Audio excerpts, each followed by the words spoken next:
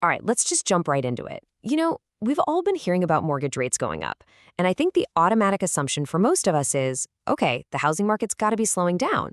But the data we're seeing for 2026, it's telling a totally different story. And honestly, it's a pretty surprising one. And that's really the big mystery we're going to unpack here. It just doesn't feel right, does it? Higher rates are supposed to mean fewer buyers, but the market isn't just hanging in there. In a lot of ways, it's actually showing some serious strength. So what on earth is going on?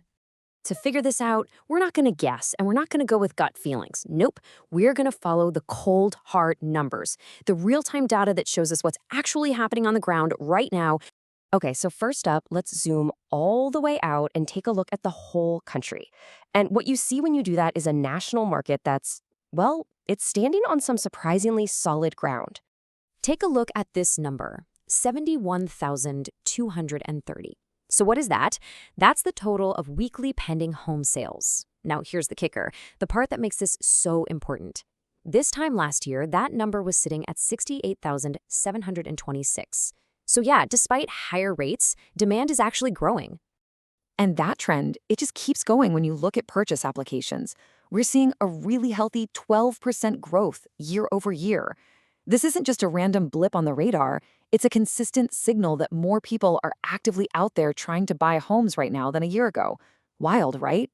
But here's the number everyone's watching, the real tension point. As Housing Wire analyst Logan Montashami points out, there's a sort of danger zone. Once rates start creeping past that 7% mark, things historically get a little shaky.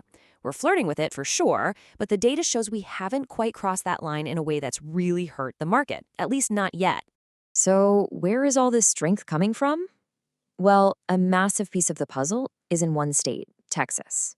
You could almost say it's acting like the main engine for the entire national market. I mean, just look at that. Over 8,000 new pending sales in Texas in a single week. That's the highest volume of any state in the entire country. Texas isn't just a player in this market, it's driving the whole thing forward in a huge way. And if we drill down a little deeper, you can really see the powerhouses inside the state.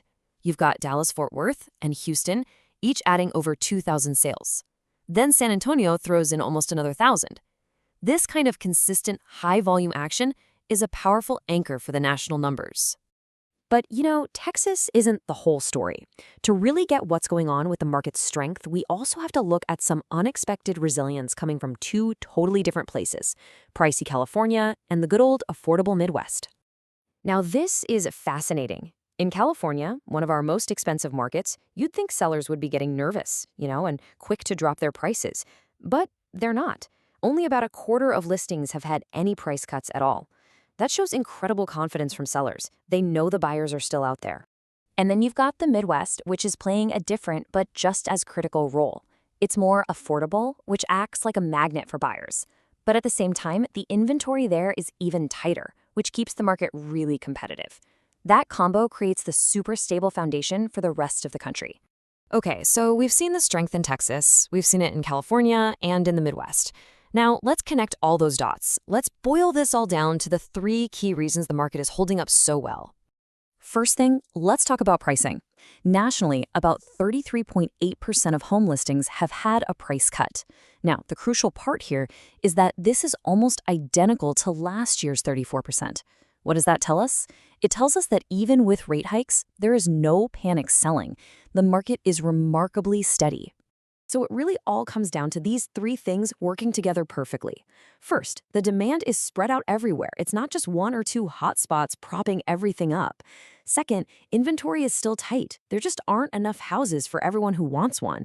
And third, because of that, sellers aren't freaking out and slashing prices. They simply don't have to. So that all explains what's happening today. But like we saw, this entire market is kind of balanced on a knife's edge, which leaves us with one big forward-looking question. Look, the resilience we're seeing is truly remarkable, but it's all happening just under that critical 7% mortgage rate. The data tells a very clear story of stability for now. But the unanswered question, the thing we're all waiting to see, is what happens in the next chapter if rates finally break that barrier and stay there. That is going to be the real test.